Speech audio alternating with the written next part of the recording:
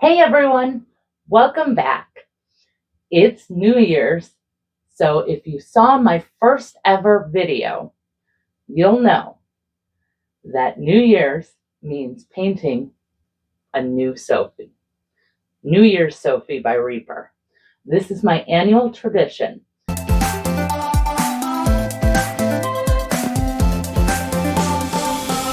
Every year, I paint the same model on the same day within the same time frame, 24 hours. That way I can establish how far I've come in the past year, as well as reflecting on where I've been and where I want to go. This year, I've decided that we're going to take that concept a little deeper. Okay, so a little bit of a warning here. Some of the things I want to talk about probably going to trigger emotions. So a little bit of an emotional video, as well as painting just thrown in throughout. Not a big tutorial. When I'm reflecting on where I've been and how I found this hobby is so important to me. And the reason for that is because of the dark place that I was in when I discovered it. And it's not so much that, I was suffering terrible depression or things like that necessarily. I don't know. Therapists could probably tell me, but I'm not going to really analyze that deeply right here and right now. This video would be way too long. But I had enough trauma in my past that I was literally hiding from the world.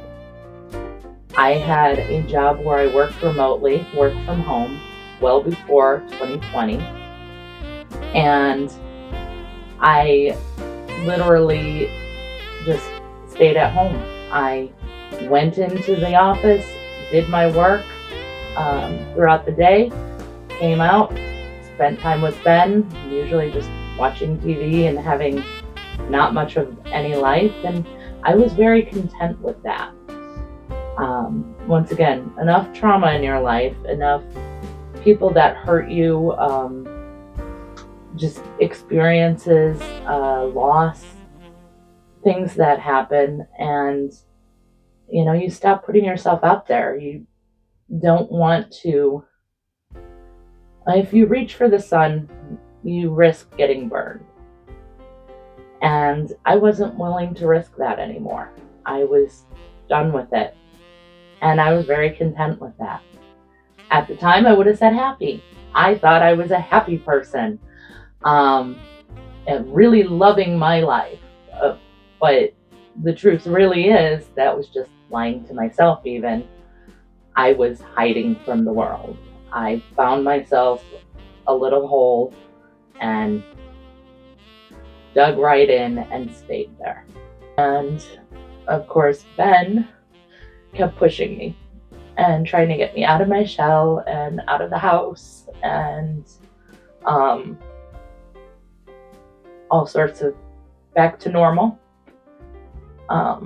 But of course, in a supportive and loving way, not in a way that caused any fights or anything. And I had just gotten into painting large figures. And he had been pushing me to try and paint minis for years. I did not want to, because I didn't know anything about it. I didn't, technically wise. And it wasn't that I wasn't willing to learn. It was, I had nowhere to go for help. I had nothing. And he had just gotten me an airbrush to paint these larger figures. And I couldn't figure it out for the life of me. YouTube videos weren't helping. I kind of needed a little one-on-one. And someone hiding from the world is not going to get that. And he found someone. Ben found somebody on the Reaper community group on Facebook who was willing to give me video chat lessons and help me actually get started. Absolutely amazing guy, phenomenal painter. So he was absolutely fantastic. So I said, okay. I mean, that seemed so sweet. I couldn't pass up that offer and be rude and hide from it or anything like that. So, of course, I went and did it and figured one time thing, whatever, we're good. And the best metaphor I can give you to explain what I was going through was I was a turtle and I was hiding in my shell, my little house. And every time I would post something on the Facebook group or contact someone, I felt like I was just peeking my head out, taking a little look, seeing if it was safe outside. And it was. And it was amazing and encouraging. The community was just so great. I just kept going. And then I put myself out there for commissions, thinking that was not going to really go anywhere. I put myself up there, it's just going to sit on Fiverr and whatever. And that took off.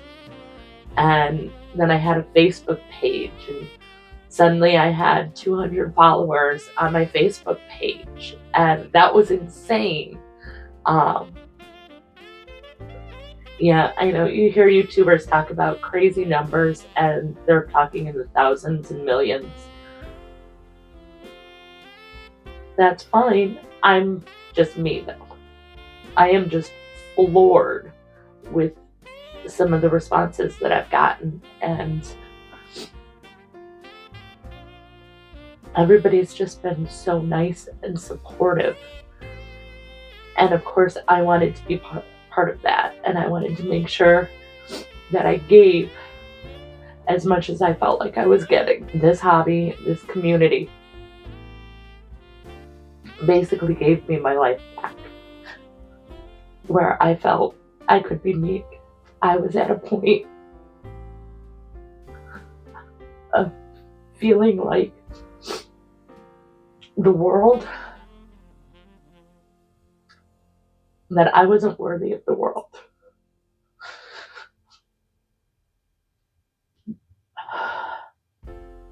That there was something about me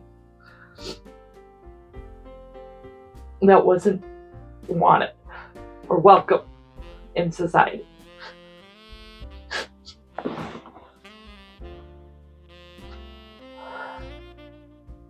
And through this community,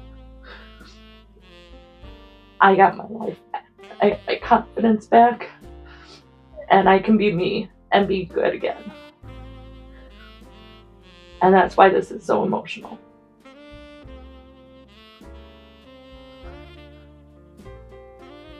And that made it more important to me than ever to give back to the community.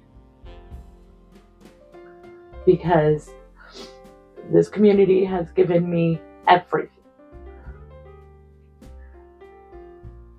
And I needed to be part of that and help anyone else who might have felt the same. And having such a welcoming hobby where everybody is invited to enjoy it and encouraged and nurtured, that is absolutely incredible and is what this world should be. I knew I needed to be a bigger part of that, but I had to figure out how, because I have some valuable things to say, and maybe people want to hear that, and maybe that's a good way I can help and give back. And so the channel was started with the goal that if I can help one person, it's all worth it. And I was ready for a whole lot of backlash. I had 200 followers on Facebook. I had, I think, maybe 25 followers on Instagram, and started a YouTube channel ready to hear all these negative comments about me and my appearance, because hey, it's YouTube. That's what's out there. And even though the community is trustworthy, this is public for everyone to see, even outside of the community.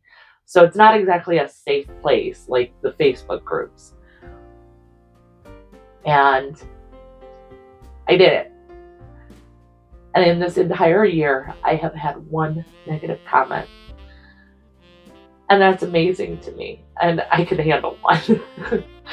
So uh, that's okay, and that's good, and that's absolutely amazing. And you guys are absolutely incredibly supportive, and I can't believe it, and I can't thank you enough. Um, yeah, I'm not one of those huge YouTubers, but I want to be a place where it's personal, and more people that kind of makes it a little less personal, um, possibly. But sure, the more I grow, the more I help people. So kind of feel caught in a conundrum there, and we'll just let life decide how that plays out. So I am nearing 600 followers on the channel in a year. And for me, I can't even fathom these numbers. And I so appreciate every single one of you. And everyone who watches the video who isn't subscribed, that's incredible as well. One of my videos actually has hit over 13,000 views. My mind is blown on that. I just, I can't even fathom it. You guys are just absolutely great, and I really have to say thank you. So more than anything, I really hope that I can provide some value with these videos. And that's what I want more going into the future. I try to keep my videos pretty concise, very specific topics. They don't hit those exciting thumbnails and clickbait. And sure, I've done some, and I'm probably going to do a whole heck of a lot more. I find them funny. They're kind of fun, and I do want to have fun on here as well. But the biggest thing for me is being able to help you. And so a lot of the videos, I've kind of created a format where you're just watching me paint straight through 8 to 10 minutes, how I do one specific thing. And that way there's this vast library. That's where I'm looking to go for the future. And I hope you're excited to be along on this journey. And I hope that you'll become more involved with me and my channel and the interaction and the community in general. I'm going to wrap it up here.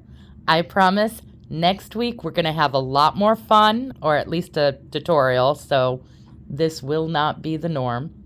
And until then, have fun and keep creating.